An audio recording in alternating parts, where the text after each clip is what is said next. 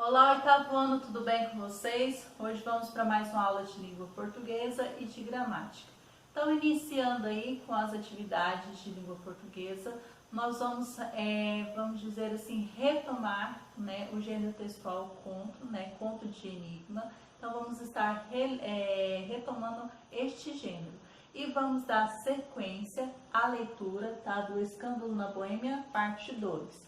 Então, essa parte aqui, né, do conto, nós vamos desvendar ou descobrir aí o que acontece, se realmente essa essa fotografia vai ser, né, encontrada, vai ser reavida aí, tá bom? Então, eu vou fazer a leitura de uma página com vocês, tá bom? Né, do texto, e vou deixar aí na sequência, né, após a leitura, né, desse trecho, vou deixar na sequência um vídeo complementar falando um pouco aí sobre os personagens, né, do Escândalo na Boêmia 2, tá? O escândalo, na realidade, no Escândalo da Boêmia 2 aqui é a parte, né, referente ao exercício. Então, os personagens referentes ao Escândalo na Boêmia, que é o conto de enigma que estamos estudando, certo? Então, vamos lá, na página 26, nós temos aí capítulo 2, leitura. Então, na parte 1 deste conto, Sherlock ficou a par da situação que envolvia uma fotografia comprometedora do rei da Boêmia com a bela Irene Adler. Agora nós vamos oralmente levantar as seguintes hipóteses. A. Qual é o novo embate que está prestes a ser travado? Então, na leitura que iremos fazer, né, eu vou fazer parte da leitura e vocês continuarão aí depois. Esse embate aí vai ser entre Sherlock Holmes e Irene Adler. Então, vai ser um embate entre os dois, né, para ver se ele vai conseguir, né, reaver essa foto ou se ela, né, vai vai conseguir ou não. Então, o embate aí vai ser entre os dois. E letra B, Sherlock Holmes conseguirá reaver a fotografia? Como? E agora, né, nós vamos descobrir, né, vocês irão descobrir fazendo a leitura aqui dessa parte do conto, em que conclui aí o final deste conto de enigma aí, certo? Então, eu vou estar lendo aqui parte, né, deste conto e vocês prosseguirão aí a leitura, tá bom? Então, Escândalo na Boêmia. Já era quase 4 horas quando a porta se abriu e um lacaio, parecendo bêbado, sujo e de suas suíças, com o rosto inflamado e roupas estranhas, entrou pela sala. Habituado como eu estava à espantosa capacidade que tinha meu amigo de usar disfarces, tive de olhar 3 vezes antes de ter certeza de que era ele. Com um aceno na cabeça, desapareceu no quarto, de onde voltou em 5 minutos vestido como um terno de lã e com a aparência respeitável de sempre. É engraçado demais. Tenho certeza de que jamais poderia adivinhar como empreguei amanhã ou acabei fazendo. Não posso imaginar. Acho que você esteve vigiando os hábitos e talvez a casa da senhorita Irene Adler. Exatamente, mas na sequência dos fatos foi bem estranho, mas vou contar a você. Saí um pouco depois das 8 horas da manhã, vestido de lacaio desempregado. Há uma maravilhosa simpatia e solidariedade entre os empregados das cavalariças. Se você for um deles, ficará sabendo tudo o que há de saber. Encontrei logo o Briony Lodge. É uma pequena mansão com terreno nos fundos, mas construída junto da rua, e de 2 andares, fechadura especial na porta. Grande sala de estar do lado direito, bem mobiliada, com janelas altas quase até o chão. Aqueles horríveis trincos da janela inglesas que até uma criança consegue abrir. Dei a volta à casa e examinei de todos os pontos de vista, mas sem notar nada mais de interessante. Depois desci a rua e descobri, como esperava, que havia uma estrebaria num beco, dando para um dos muros no quintal. Ajudei os cavalariços a escovar seus animais e recebi em troca 2 penny e todas as informações que pude obter sobre a senhorita Adler. E Irene Adler? Perguntei. Ela transtornou-se a cabeça de todos os homens da vizinhança.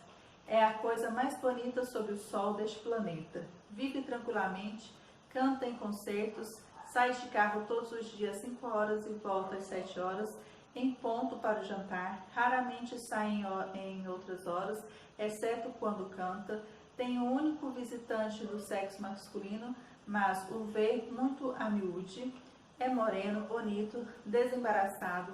É um certo senhor Godfrey Norton, advogado. Esse Godfrey Norton era evidentemente um fator importante na questão. O fato de ser advogado parecia um mau agouro. Qual a reação entre eles e qual o objetivo de suas respectivas visitas? Seria a cliente amiga ou amante? Na primeira hipótese, provavelmente, já teria transferido a fotografia para a sua guarda. Na segunda, isso era menos provável.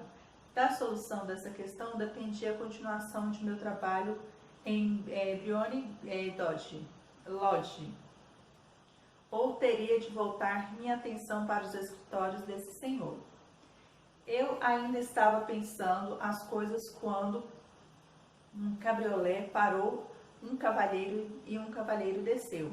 Era um homem notavelmente simpático, moreno, aquilino e de bigodes. Evidentemente, o homem a quem eu tinha ouvido falar.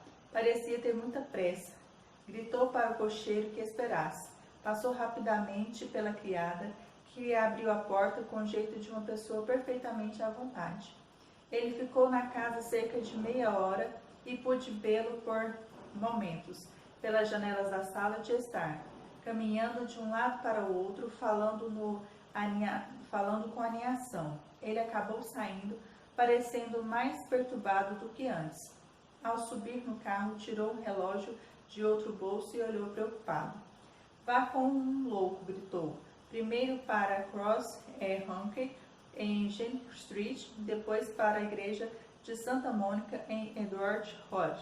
Meia libra se você fizer em 20 minutos. E lá foram, enquanto eu estava pensando se faria bem ou não indo atrás deles, aparece na rua um carro elegante.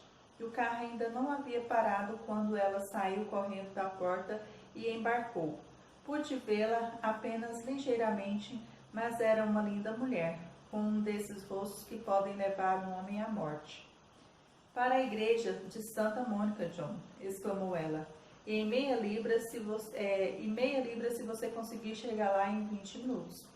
Era bom demais para perder, Watson. Eu estava imaginando se deveria correr ou me pendurar no carro dela enquanto veio um carro de praça pela rua. Para a igreja de Santa Mônica e meia libra se chegar lá em 20 minutos, disse eu. Faltava 25 minutos para as 12 e naturalmente era bastante claro que estava se passando. Meu cocheiro andou depressa.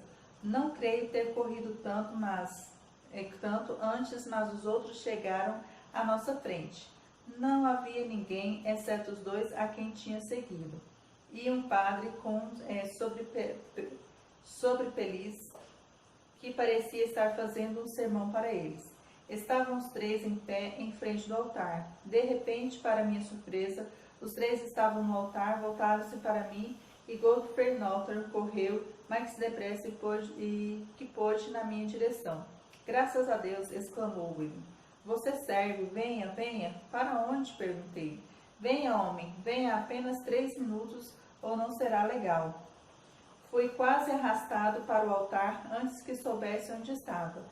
Vi-me engrolando respostas que me eram murmuradas ao ouvido, servindo de testemunha ao casamento de Irene Adler, solteira, com Godfrey Norton solteiro. Ao que parece, faltava alguma coisa na licença do casamento e o padre se recusou terminantemente a realizar a cerimônia sem uma testemunha. Na parte da igreja, porém, separaram-se ele de volta ao tribunal e ela para sua casa. Irei ao parque às 5 horas, como de hábito, disse a senhorita Adler ao deixá-lo. Não ouvi nada mais. Afastaram-se em direções diferentes e eu fui tornar as minhas providências. Então, vocês prosseguirão aí lendo o restante, né, das partes propostas aqui do conto e vocês irão descobrir aí se realmente, né, essa fotografia foi recuperada ou não, tá? E aí vou deixar na sequência um vídeo falando aí sobre os personagens, né, do Escândalo na Boêmia. E depois a explicação dos exercícios seguido da correção, certo? Então vamos prosseguir.